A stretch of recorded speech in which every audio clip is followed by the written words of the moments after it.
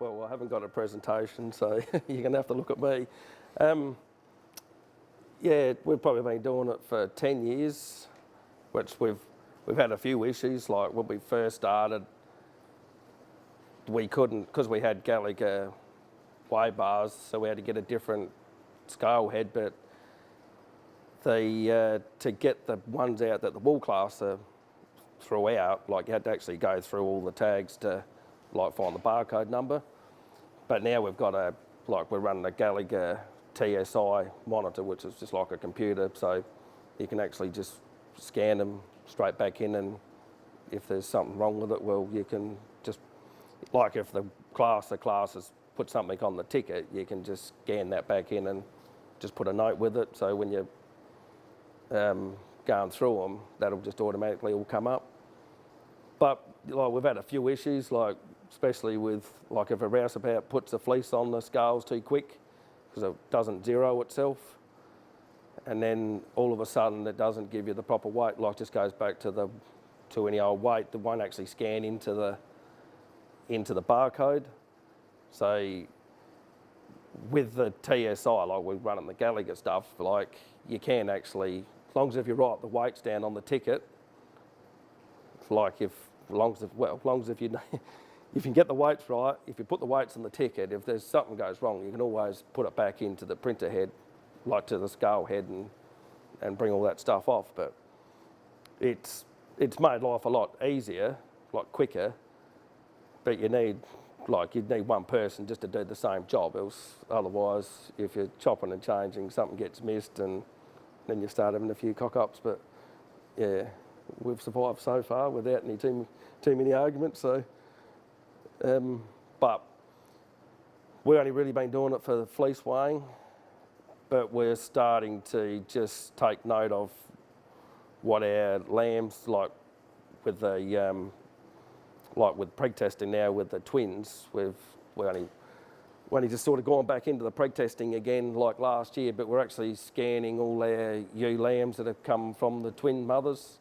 So we'll try and see what they turn out like when they come through. But like we're classed, before we actually shear them, like we probably cull out, well, in between 30 and 40% of them would go before they even go on the shearing shed to be. So there's only sort of 60%, 60 to 70% that actually get fleece weighed anyway. So a lot of it's done visually first off. So I don't know what else I need to say, but visually taking them out first, like the wool, or just anything stands out? Well, one of us will walk through the yards, and technically you can just anything that's not right or small, short, you can actually cull out, and then the other one will just check the wool, and if that's no good on the ones that have gone past or what's missed, just throw them out. And then we do the same. So then once we get the fleece weights back, we'll sort of look at them, and sometimes the top end ones will come off because they visually don't look good when they come back shorn, and then we'll just have a cut off on the fleece weight, and then if they go under that, well then they're gone, sort of thing as well. So. But time-wise, it's sped things up a lot quicker, especially afterwards. Like we can run through the sheet pretty quick and trying to pick out, scratching the grease off to read the jolly tag number again. Yeah. So, but yeah, we were sort of doing the same. Years ago, we used to cut the tag, like used to have the old cattle tags and used to cut them out. It used to cost $1 to put another button back in them to reuse them again. So now we're just buying the electronic tags, like the LIS ones approved, so you just leave them in for the sheep. Costs, said 50 cents more and a lot less work. Go in at the cradle and that's it. Yeah. So, I don't know what else I can tell you, but. Preg testing all your hills still, Neville, or just your ones from those preliminary years? No, we're preg testing everything, but just we only went back into it last year. We used to just run them through the gate, and anything that didn't have an udder, we used to just mark them and pull them out. But last year we did the preg testing for the twins. But because they're one was playing up, so we actually got like one of the new Gallagher, what is it, a HR5 one, so it's actually got the little keypad on the top. That actually will save all the AirTag like numbers, so you don't actually have to have the scale head with you. So once we draft it, when we wean the lambs, because we kept them all separate, we'll just quickly scan those lambs. So we'll just, for your interest's sake, when we shear them again will be September, we'll just see how the twins actually come up compared to the rest. But like, we're not going to keep them because they're twins, but yeah, if they don't look any good or like visually, well, they'll just go, sort of thing. Just more for interest, but we probably should be doing more of it. But that's the thing, that the more you want to do to them, well, it's the more time you've got to spend with them, sort of thing. So if you're pushing for time, well, you do as little as possible. But yeah, once one of my boys come home, well, then we'll start doing a little bit more, whether we should be body weighing them and stuff like that. So, but then we're pretty well getting that visually anyway. So. You too with ones with the program that either lose their tag or the tag stops reading. Like afterwards. Yeah, so when you say you've been tracking for, I don't know. Well, we haven't actually done that yet because it hasn't worried us. But if we're like I said, we went back into preg testing last year and then did the twins. But see, we've only just put a plain tag back in the twins, bearing ewes. But I can see that, well, we can't put 4 or 5 tags in the jelly in one ear, so we're going to have to try and do it electronically. So this year, well, they've still got their tags in, so we can actually scan those ewes and hopefully have that information. But yeah, it's only you might only lose a handful of tags, so you just have to put up with that sort of thing. So it's no different than if you're reading the tag, like the number, they do break out or they catch them on the fence or whatever, don't they? So, well, we haven't sort of got into that.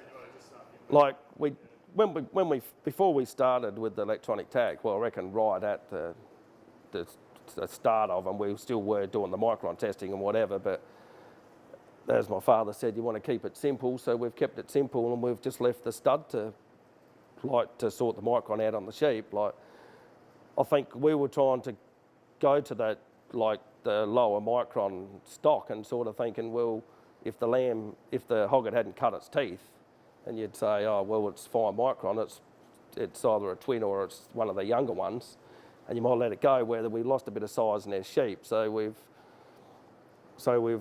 tossed the micron testing out and buying the finer rams that we can buy, like the better of the top end of the rams, and just let the stud do the micron side of it, and then we just like try and get the wool as even as we can, which is starting to get a lot better, and just visually culling the sheep for a start, but just using the electronic tags just for the fleece weighing, so which makes it so much easier in the shed. But you just got no different than someone reading a tag. They've probably got more work where if you have one person just scanning the tags, they can still always pick up the bellies or whatever. Slows the other part of the shed down a little bit, but it's not that bad. So, but you just got to remember that the scale had zeros before you put the fleece on.